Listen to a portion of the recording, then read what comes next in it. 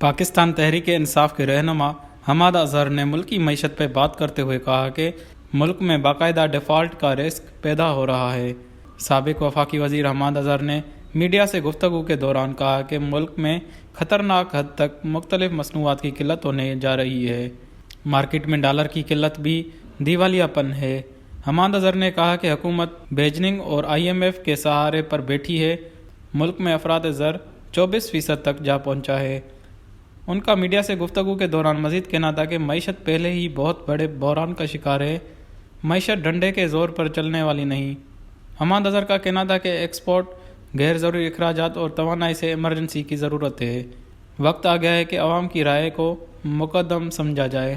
حماد اظہر نے حکومت کو مخاطب کرتے ہوئے مزید کہا کہ اگر آپ کے پاس کوئی منصوبہ بندی نہیں تو کسی دوسرے کو آنے دیں۔